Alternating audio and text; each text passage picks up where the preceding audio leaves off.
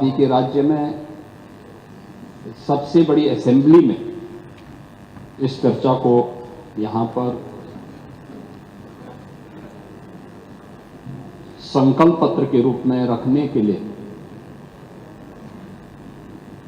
इस सदन को तैयार किया।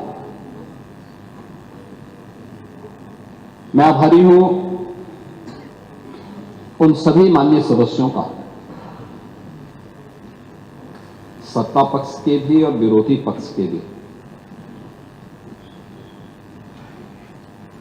जिन्होंने इस पूरी चर्चा में भाग लिया।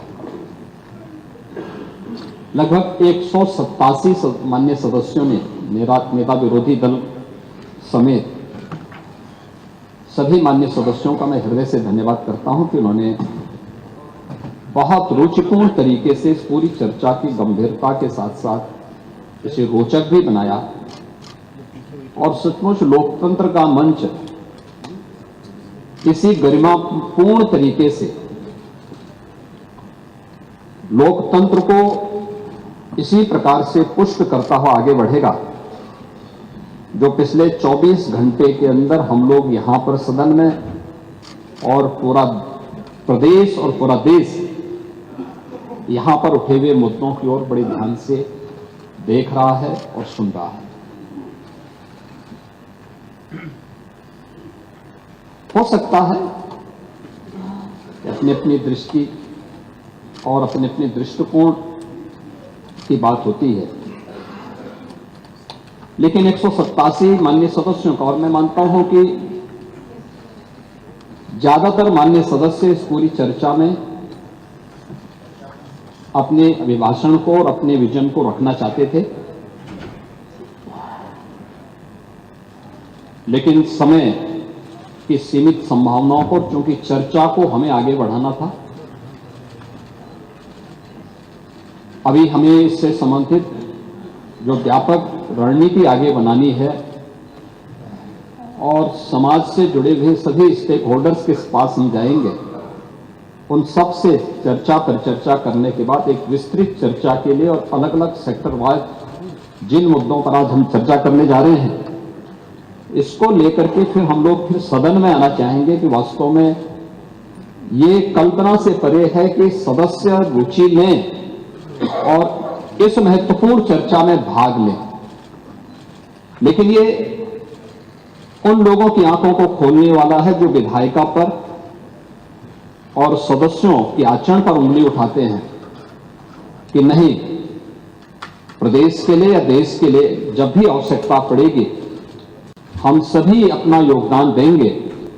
इस चर्चा ने पिछले 24 घंटे के अंदर ये साबित किया है, इसलिए मैं भाग लेने वाले और इसमें श्रोता के रूप में भी बने हुए सभी माननीय सदस्यों का और विशेष रूप से नेता विरोधी दल का हृदय से धन्यवाद करता हूं। महोदय, उत्तर प्रदेश की जब हम बात करते हैं तो उत्तर प्रदेश केवल देश की एक सबसे बड़ी आबादी का राज्य ही नहीं है, यह भारत की आध्यात्मिक और सांस्कृतिक विरासत का प्रतिनिधित्व करने वाली देश की एक प्रकार की ऊर्जा का केंद्र बिंदु भी है। भारत की ऊर्जा का केंद्र बिंदु है जो भारत की आध्यात्मिक और सांस्कृतिक नेतृत्व को अपने यहां से प्राचीन काल से देता रहा है। और इसीलिए जब ग्लोबल इन्वेस्टर समिट में यहां लखनऊ में 2023 में उसके उद्घाटन समारोह को संबोधित करते हुए आदरणीय प्रधानमंत्री जी ने जो बातें यहां पर कही थी, उन्होंने इस बात को कहा था कि आज उत्तर प्रदेश एक आशा है, एक उम्मीद बन चुका है।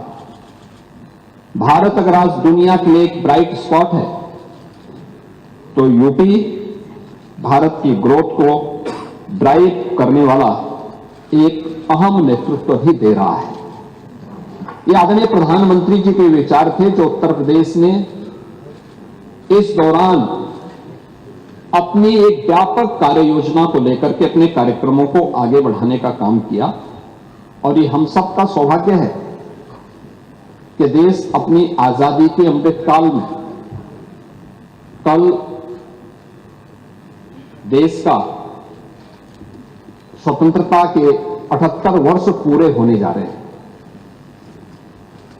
78 वर्ष की इस यात्रा के आत्मावलोकन का एक अवसर पूरे देशवासियों को कल प्राप्त होगा। पूरा देश देश की आजादी के अमृत महोत्सव वर्ष में देश की भावनाओं के साथ, देश के नेतृत्व की भावनाओं के साथ जुड़ा था।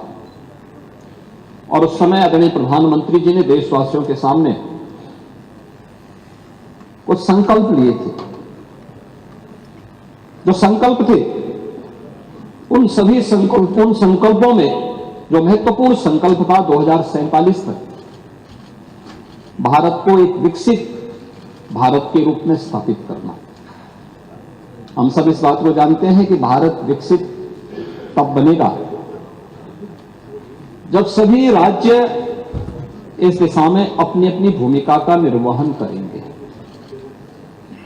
और अपनी भूमिका के इस निर्वहन करने की दृष्टि से पिछले 24 घंटे से अधिक समय से इस माननीय सदन में इस चर्चा का होना, ये विकसित भारत की इन संकल्पनाओं को ही आगे बढ़ाने का विजन है। दृष्टि जितनी होगी वह उतना ही बोलेगा। और उन स्थितियों में जब यहां पर हम चर्चा करेंगे तो मैं माननीय सदस्यों के द्वारा जो मुद्दे उठाए गए थे उन मुद्दों पर भी बोलने का प्रयास करूंगा। लेकिन मुख्य रूप से अगर हम देखेंगे, यहां पे जो चर्चा हुई मुझे बहुत अच्छा लगा, क्योंकि मैं कई अवसर पर इस पूरी 24 घंटे की चर्चा का हिस्सा बना रहा हूं और मैंने इस बात को देखा है कि सभी माननीय सदस्य और सत्ता पक्ष के हों, विपक्ष के हों या अन्य जो भी माननीय सदस्य थे, सभी लोगों ने इस पूरी चर्चा में रुचि दी। कुछ सदस्यों ने रात भर जग करके भी इस चर्चा को और गंभीरता प्रदान की और इस पूरी चर्चा का भाग लेकर के इस पूरी चर्चा की ओर देश का ध्यान भी आकर्षित किया है। भारत विकसित होगा, क्या उत्तर प्रदेश को इस विकसित भारत में अपना योगदान नहीं देना चाहिए? क्या उत्तर प्रदेश विकसित नहीं होना चाहिए? देश की प्रति व्यक्ति आय अधिक हो, क्या उत्तर प्रदेश की प्रति व्यक्ति आय अधिक नहीं होनी चाहिए? देश में खुशहाली हो तो देश की सबसे बड़ी आबादी का नागरिक क्या उस खुशहाली का हिस्सा नहीं होना चाहिए? और इस दृष्टि से इस पूरे कार्यक्रम को हम लोगों ने दो भागों में बांटने का प्रयास किया है। एक 1947 से 2017 तक क्या हुआ, इन 75 वर्षों में, इन 70 वर्षों में हम लोगों ने क्या अचीव किए, और 2017 के बाद आज की जो यात्रा है अगले 30 वर्ष की, क्योंकि 1947 से लेकर 2047 तक की 100 वर्षों की जो यात्रा है, इन 100 वर्षों की इस यात्रा में हमने क्या खोया, क्या पाया है, इसका दृश्यावलोकन करने, उसका आत्मावलोकन करने का सबसे उचित समय है जो प्रधानमंत्री जी ने विजन डॉक्यूमेंट के रूप में देश के सामने प्रस्तुत किया था। और उसी विजन डॉक्यूमेंट से अनुप्रेरित होकर के उत्तर प्रदेश आज इस विजन डॉक्यूमेंट की प्रारंभिक चर्चाओं को अपने यहां आगे बढ़ाने का काम कर रहा है। महोदय, 2017 के पहले मैं यहां पर सबसे पहले जो हमारे नेता प्रतिपक्ष तो काफी बुजुर्ग हैं, अनुभवी हैं, वे बोलने का प्रयास करते हैं, जब अपने स्वयं के विवेक से बोलते हैं तो सही बात बोलते हैं, लेकिन जब दूसरों के द्वारा संचालित होने लगते हैं तो फिर थोड़ा कभी कभी उनको मुर्गा भी याद आने लगता है। चलो हो गया। लेकिन अन्य 1 मिनट आप तो खा लो और जो भी खाते होंगे, लेकिन आपको अच्छा लगता है, मुझे बहुत अच्छा लगा। कि आप कम से कम उसको स्वीकार करते हैं। नहीं, खाने पीने पे प्रतिबंध नहीं है, कोई दिक्कत नहीं।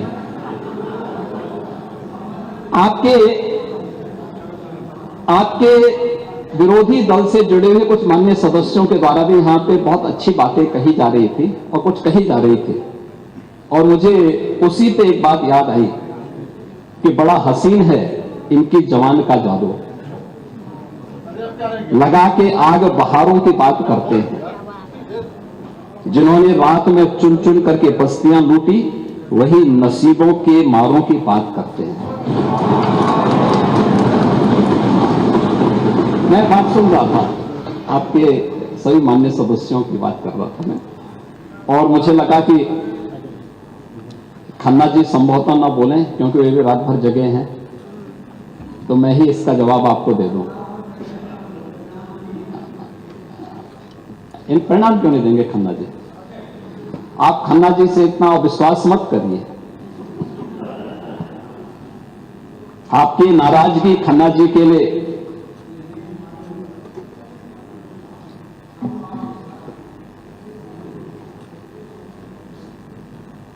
महोदय, इस पूरे विजन डॉक्यूमेंट पर जब हम चर्चा कर रहे थे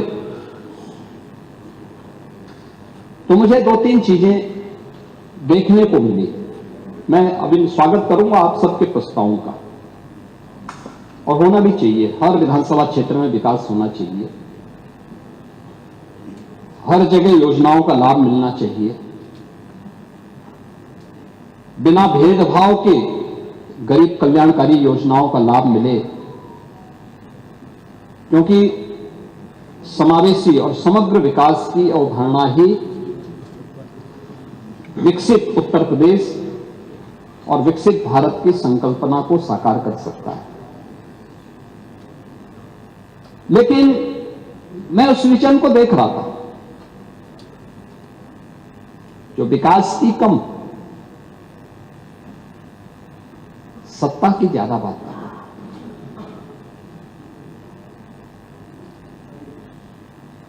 जो अपने स्वयं की बात कर रहा था। और मुझे आप लोगों की बातों से एक चीज लगी, जो लगी, जिसके बारे में चारवाक ने भी बात कही, यानी जो अपने तक केवल सीमित करता है, जिसके बारे में उन्होंने कहा था कि यावत जीवेत सुखम जीवेत ऋणम कृत्वा घृतम पिबेत भस्मीभूतस्य देहस्य पुनरागमन कुतः। और यह स्थिति आप लोगों की है, यानी केवल अपने तक सीमित करना। आपका परिवार डेवलपमेंट अथॉरिटी भी उसी का नमूना है। यही है, ये परिवार डेवलपमेंट अथॉरिटी की ये भावना ही इस पर आधारित है, जिसके बारे में स्वामी विवेकानंद ने कहा था कूप मंडूक होना। उन्होंने अपनी कथाओं में, अपने प्रवचन में एक बात को कहते थे कि एक कुएं में एक मेढक था।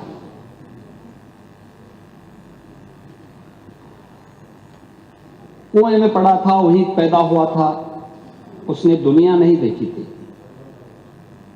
तो एक दिन बाहर का एक मेढक दुर्भाग्य से वहां आ गया। तो उसने पूछा कहां से आए हो? उसने कहा मैं समुद्र से आया हूं। कहा समुद्र कैसा है?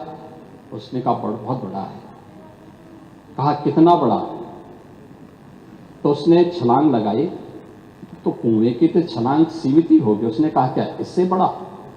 उसने कहा इससे भी बड़ा। उसने एक और छलांग लगाई, कहा इससे भी बड़ा? कहा इससे भी बड़ा। कहा तुम झूठ बोलते हो। और मुझे लगता है यही दृष्टि कूप मंडूक वाली आप लोगों की है। दुनिया आगे बढ़ रही है, एक प्रतिस्पर्धा चल रही है, लेकिन आप लोग अभी भी अपने परिवार तक सीमित होना चाहते हैं। और इसीलिए मैंने कहा ना, एक परिवार डेवलपमेंट अथॉरिटी का शिकार आप हो चुके हैं। प्रदेश को भी आप वहीं ले जाना चाहते हैं। क्या स्थिति थी 2017 के पहले?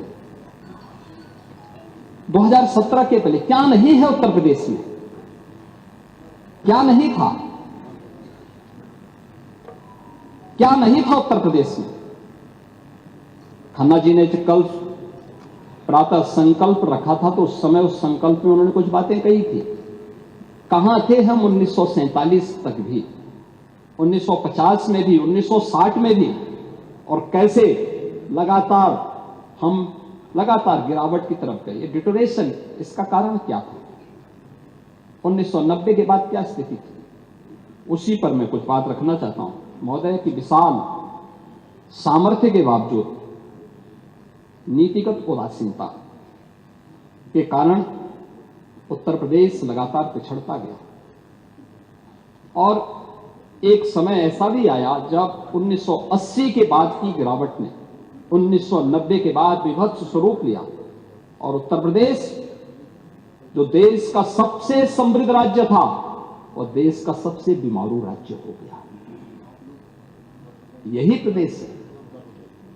योजनाएं बनती थी, घोषणाएं होती थी, लेकिन उनमें न इच्छा शक्ति थी, न पारदर्शिता थी, न क्रियान्वयन का संकल्प ही था। बिजली, सड़क, जल, स्वास्थ्य जैसी मूलभूत सुविधाओं पर सरकार की उदासीनता, युवाओं को रोजगार नहीं, किसानों को राहत नहीं, और निवेशकों को भरोसा नहीं। अपराध और अराजकता का बोलबाला था। प्लान की पीड़ा, गरीबी और इलाज के अभाव में दम तोड़ते बच्चे, क्या ये सच नहीं? इंसेफ्लाइटिस से जो मौतें होती थी, डेंगू से जो मौतें होती थी, विभिन्न गंभीर बीमारियों से जो मौतें होती थी, ये सब क्या? सरकारी नौकरियों में भ्रष्टाचार, सरकारी योजनाओं में भेदभाव, भाई भतीजावाद कल्चर यहां हावी हो चुका था। और महोदय 2017 के बाद डबल इंजन की सरकार ने कानून का राज स्थापित, अपराध और अपराधी के प्रति जीरो टॉलरेंस, उद्योगों के लिए सुरक्षित वातावरण और निवेशकों का ड्रीम डेस्टिनेशन, जल थल नभ की बेहतरीन कनेक्टिविटी, एक्सप्रेसवे, एयरपोर्ट,